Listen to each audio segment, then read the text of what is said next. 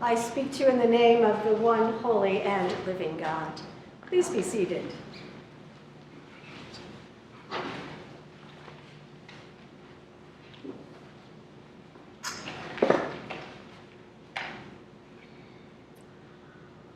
You know, I really do not like to think of myself as a sheep. Bashful, self-effacing, submissive. You're laughing. You know, at the same time, I being aggressive, hard-headed, and unyielding as a goat, that's not very attractive either. You know, frankly, I really find that sorting of people into two buckets, sheep or goats, kind of repulsive. Sheep or goat? What do you get when you breed a sheep with a goat? Who knows? According to Wikipedia, you get a Geep or a Shoat. But the thing is, Geeps or Shoats do not survive birth because their genetics are so different. So it sounds like there really is no middle ground. No Geeps, no Shoat. Which brings us back to the question, sheep or goat?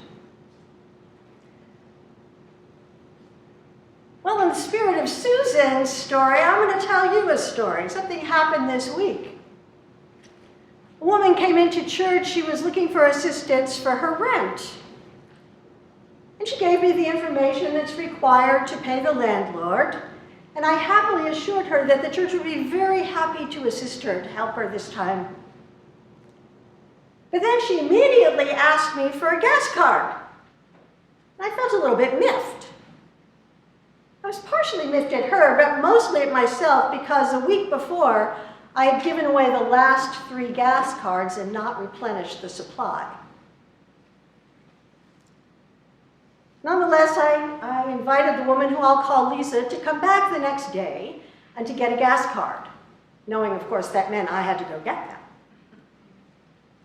Well, as it turns out, Lisa's landlord would not accept the discretionary account credit card.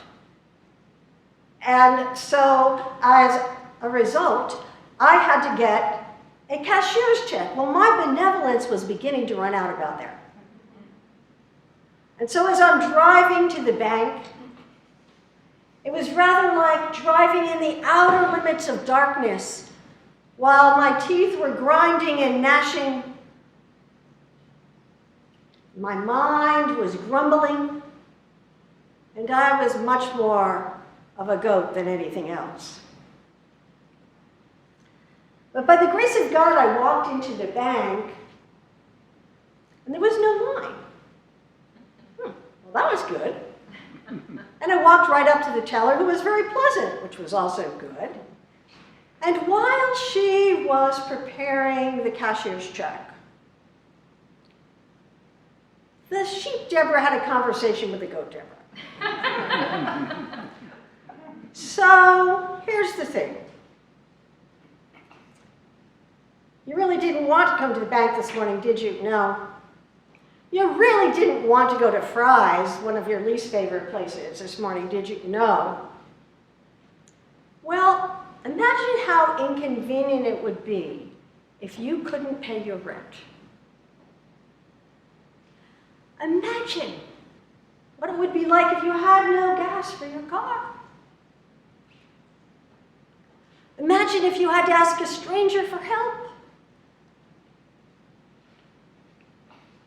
About that time, the friendly teller returned with a check in her hand, and she smiled and handed it to me and said, "There'll be no fee for this today," which surprised me. I fully expected to have to pay a fee. And so I counted that as a blessing and crossed the parking lot, went to Fry's, procured the gas cards. And I was driving home. Not home, I was driving actually back to church. I guess I call this home. And And the light was just streaming through the windshield of my little car, and I felt just washed in this peace. And I realized, oh, Debra, you are blessed to be a blessing. What a privilege that you have the abundance that you get to share, that God's blessing gets to flow through your hands. I am blessed to be a blessing, and that is where my joy is, people. That is where our joy is. So that takes us back to this gospel text. You know, when at first glance, this final gospel text of our year, this is our liturgical year ending today. This is the last Sunday after Pentecost. You know, doesn't it seem a bit harsh and punitive? We're sorted into categories of sheep, you know, and if you happen to be a sheep, well, thanks be to God, you're blessed and live in God's kingdom. But oh, woe to us who are sorted into the bucket of goats. Cursed, eternal fire. This is not a good thing. Is this really where, do you really think this is where the writer of Matthew's gospel wants to leave us at the culmination of this year? I had to wrestle with that one.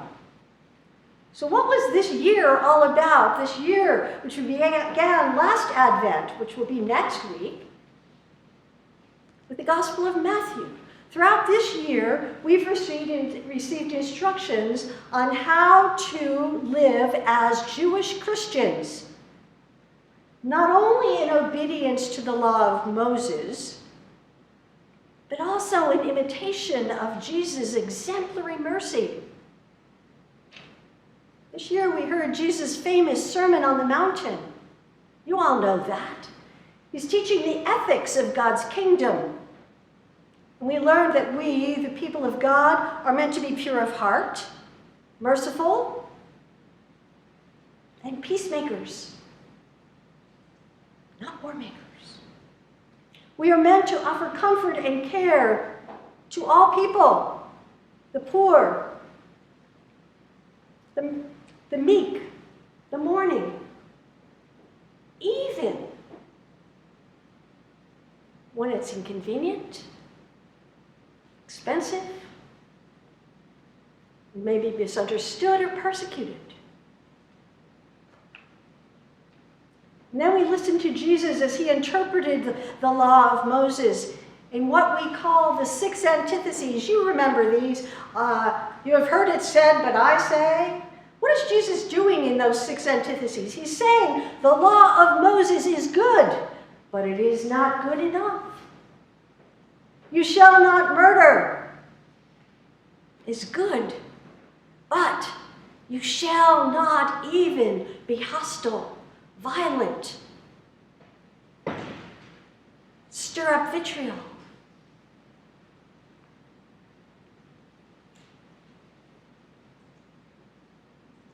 You shall not be sexually immoral or break commitments is good.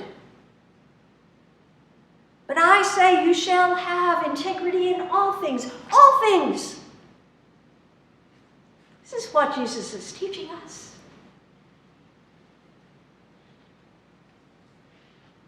And so with today's gospel text, we come to the culminating moment of all of these teachings. It is the moment of reckoning. And so the question before us is, how are we doing?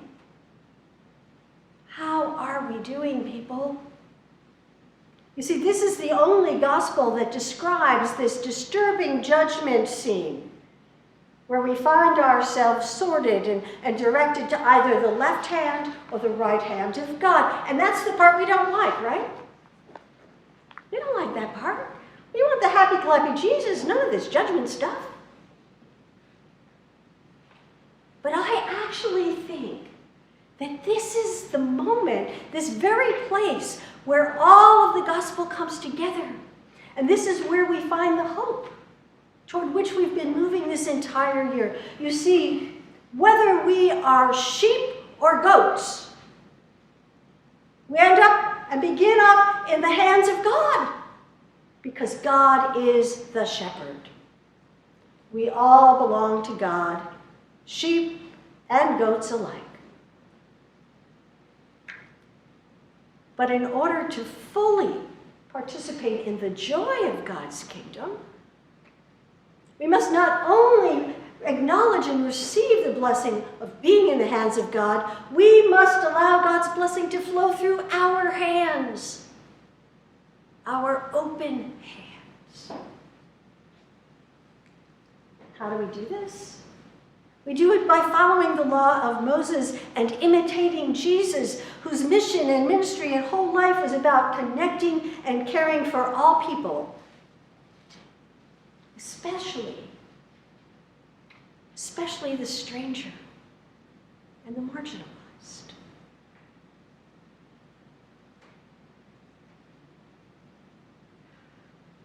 Dear people of God,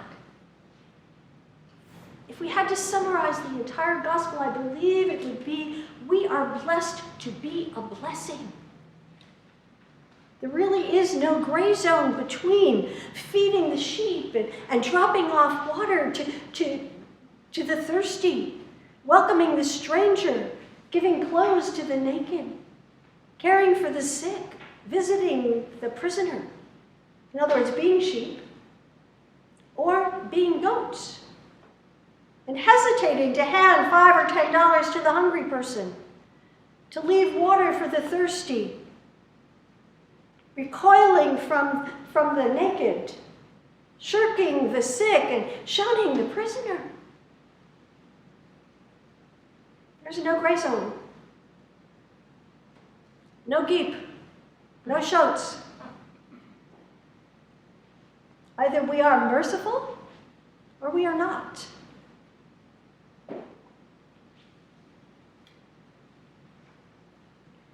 Dear people of God, every hour of every day, we have the opportunity to choose how we live. Do we choose to live in accord with the ethics of God's kingdom and experience the joy of God's blessing by allowing it to flow through us right here, right now on earth? Sheep? Or do we choose to contract, withhold comfort and care and connection, and then naturally experience the tightness and the misery of being dismembered from God's kingdom?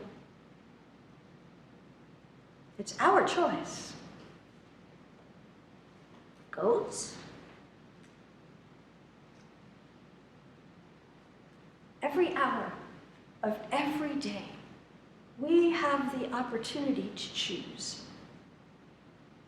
Shall I be a goat or a sheep? Because there are no Geep or Shoats. Amen.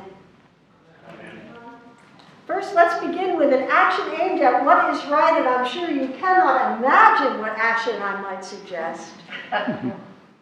I would like to suggest that we stretch. We stretch and look for ways that we can allow God's blessing to flow through our hands into the lives of those who are not as privileged or blessed as us. And I believe that there are many folks who are in that category, and that we don't have to look too hard to find ways to do that this coming week.